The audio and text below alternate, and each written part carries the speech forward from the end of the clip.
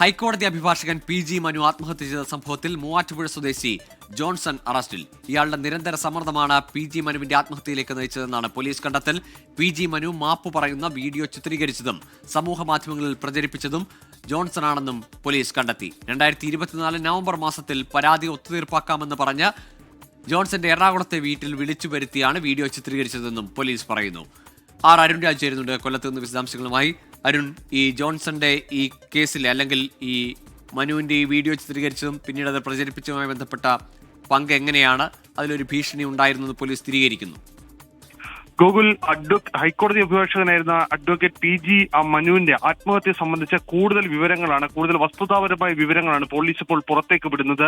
ഈ പി.ജി. മനുവിന്റെ ആത്മഹത്യയിലേക്ക് നയിച്ച പ്രധാനപ്പെട്ട കാരണങ്ങളിലൊന്ന് ഈ മാപ്പ് പറയുന്ന വീഡിയോ പുറത്തുവിട്ടതാണ്.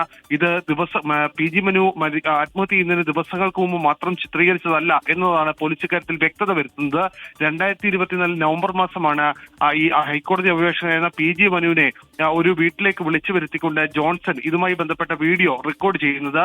തുടർന്ന് ഈ വീഡിയോ പുറത്തുവിടാതിരിക്കാൻ നിരവധിയായ തവണ പണം ആവശ്യപ്പെട്ടു ജോൺസൺ എന്നുള്ളതാണ് പോലീസ് കണ്ടെത്തിയിട്ടുള്ളത്. ഇതുമായി ബന്ധപ്പെട്ട വാട്സ്ആപ്പ് ചാറ്റുകളും ഇലക്ട്രോണിക്സ് തെളിവുകളും പോലീസ് കണ്ടെത്തിയിട്ടുണ്ട്.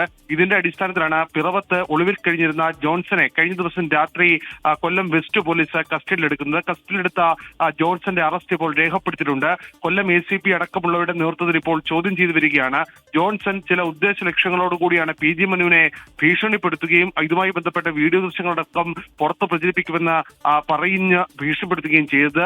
ഇതിന് സാമൂഹ്യ മാധ്യമത്തിലടക്കം ഈ വീഡിയോ ചിത്രീകരിച്ച വീഡിയോ പുറത്തുവിട്ടപ്പോൾ പി.ജി. മനു ആദ്യഘട്ടത്തിൽ വിലക്കിയെന്നും പിന്നീട് ഇത് പുറത്തേക്ക് കൂടുതൽ വിടാതിരിക്കാൻ ഇതുമായി ബന്ധപ്പെട്ട പണം നൽകണമെന്ന് ആവശ്യപ്പെട്ടുവെന്നുമാണ് പോലീസ് കണ്ടെത്തൽ. ഇതിന്റെ അടിസ്ഥാനത്തിലാണ് ഈ ചോദ്യം ചെയ്യൽ തുടരുന്നത്.